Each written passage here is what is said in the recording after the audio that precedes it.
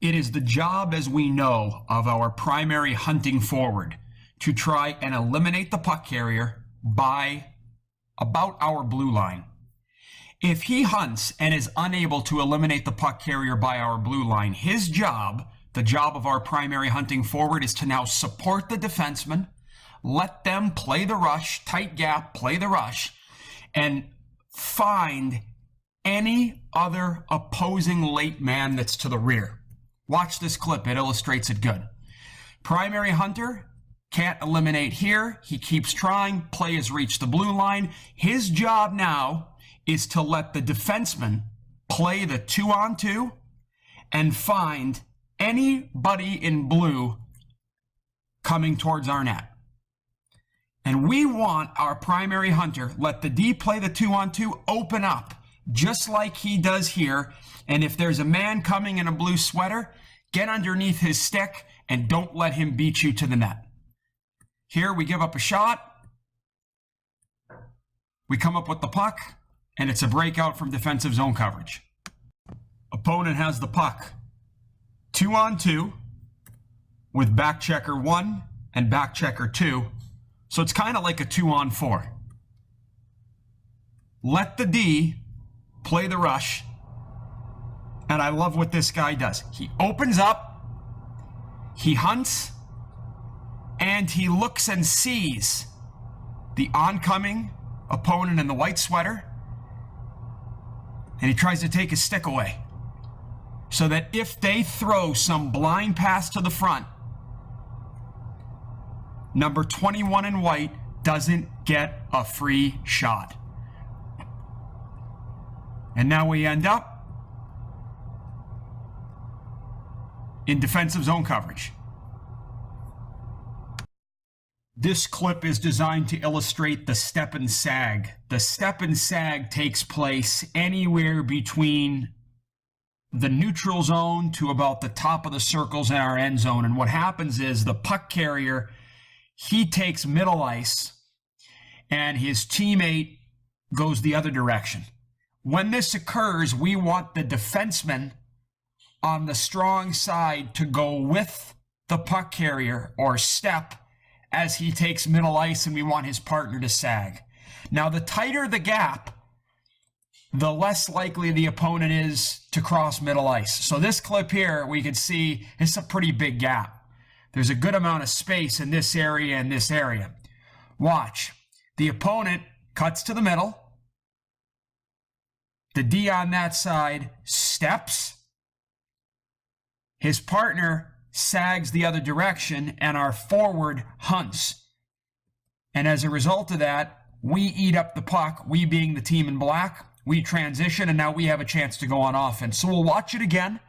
Again, we only do this up to about the top of the circles at the very latest in our end zone. That's the cutoff point. We give up a little too much ice in here, a little too much ice. They take middle ice. We step.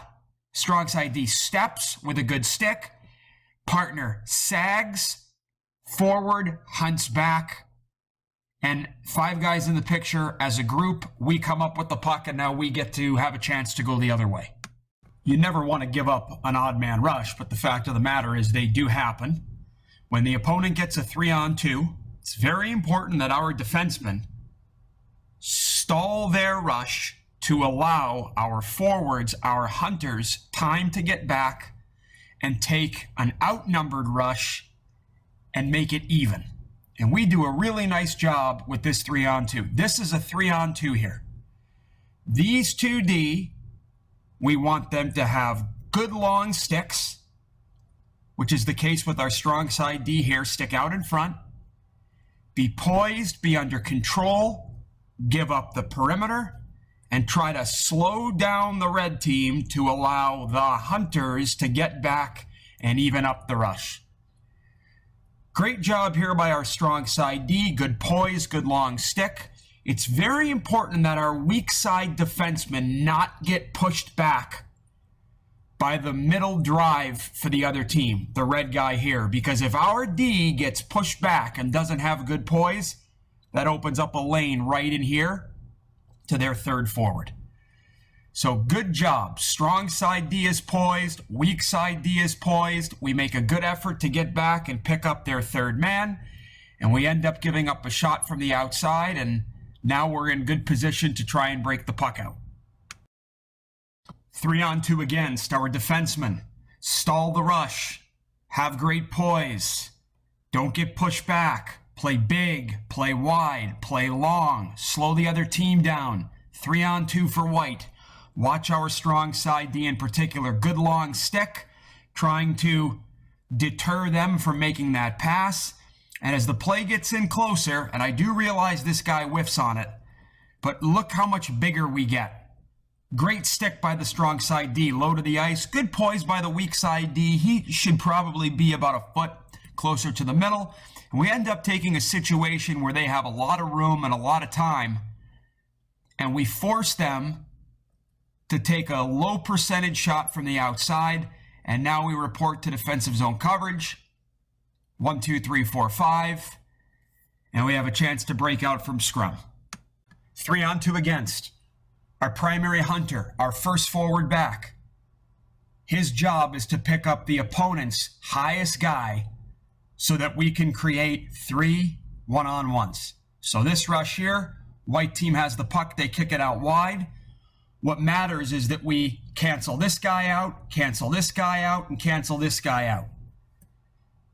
First forward back, primary hunter, we need you to work, but we also need you to look around, see, get underneath sticks, and talk with your defenseman so that we have this rush sorted out and we give up nothing, or at minimum a low percentage shot. We do a great job here.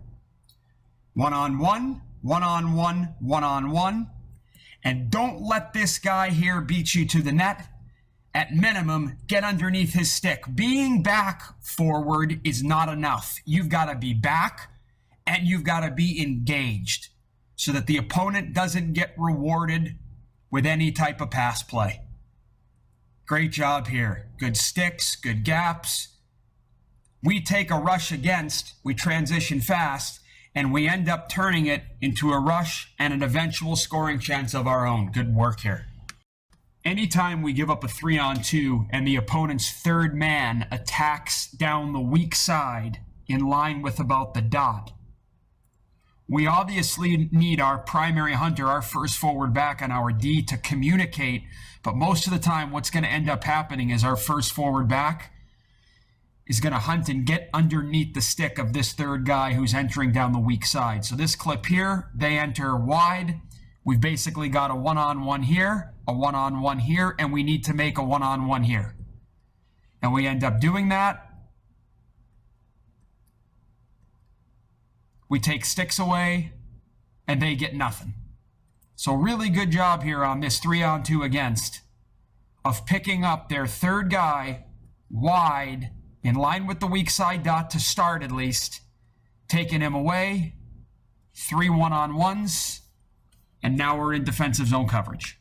Anytime the opponent enters off the rush and they execute an outside delay, such as a cutback or a stop up, it is a read between the defenseman who's playing it and the forward who is back, hunting back, to determine who takes this over. So this situation here, we're in great position because we have 5 guys in the picture. The U.S. forward in blue cuts back. This is a read and react situation. Does the defenseman play him? Or does the defenseman leave him and let the forward play him? We have to talk. We have 5 guys back, so we're in good position. In this case here, the forward jumps it outside the dot, and the D, just like when we defend the rush, now takes a step towards the inside. We have 5 guys in the picture, and now we're in a position to defend. 2 things are most important when the opponent executes an outside delay off the rush. Number 1, it's important that we be connected, that we have 5 guys in the picture. Number 2, we have great communication between our primary hunter and our defenseman. So this clip here, puck carrier cuts back, D plays him because he's right there, and the forward supports from underneath. You could make a case here that our primary hunter could keep coming and try and hunt and eliminate with the D at or inside the dot. Nonetheless, it is what it is. Forward gives it to the D. D sees the cutback, and he jumps it. And the forward's now underneath. Play goes down the wall. We sort out. Natural positions in defensive zone coverage. 1, 2, 3, 4, 5. And we end up coming up with the puck. And now we have a chance to break out. It's all about 5 guys in the picture connected, talking, reading and reacting, and playing hockey from there. 4-on-2 against. Oof. Hopefully this doesn't happen. If it does, we'll know what we're doing. We'll defend it just like we do here. We do a really good job handling this situation. So 4-on-2 against. It's even more important for our defensemen to have great poise, to play that much longer, that much wider, that much bigger, and stall the rush that much more. Forwards, you have to have unbelievable urgency on the hunt through the guts of the rink to get back and try and fix this situation. So good long sticks by the D, good poise. First forward back, your job is to hunt through the guts of the rink like always and try to come right through the middle of the opponent's third and fourth attacker. And in this case, we have 2 forwards back. They do a great job working, sticks extended, coming right through, again, this guy and this guy. We get back, and now we can begin to create our 5-man connected look in the defensive zone. So we don't want to give up the 4-on-2, but if we do, we want to defend it just like we do here. This clip illustrates how our secondary hunt from our second and third forward combats, offsets a really good play by the team in white. So we're in the neutral zone, we're forechecking, they go D to D, they stretch, and they one-touch the puck right to the middle. At this point, our hunter, good triangle, makes the decision that he can't get there, so he's going to take this guy. So we'd have 1-on-1 here. We have a 1-on-1 here. And there's a lot of room in this area. And what do? Little bit of a gear down delay play, we call it. And the secondary hunter, number 9, works, gets underneath the stick. Last guy's back. We don't give up a shot. We don't give up a scoring chance. In fact, we're now in a position to turn and go the other way. This clip right here shows why we need a connected look. 5 guys in the picture. The secondary hunt. So critical. We do not pace on the back check.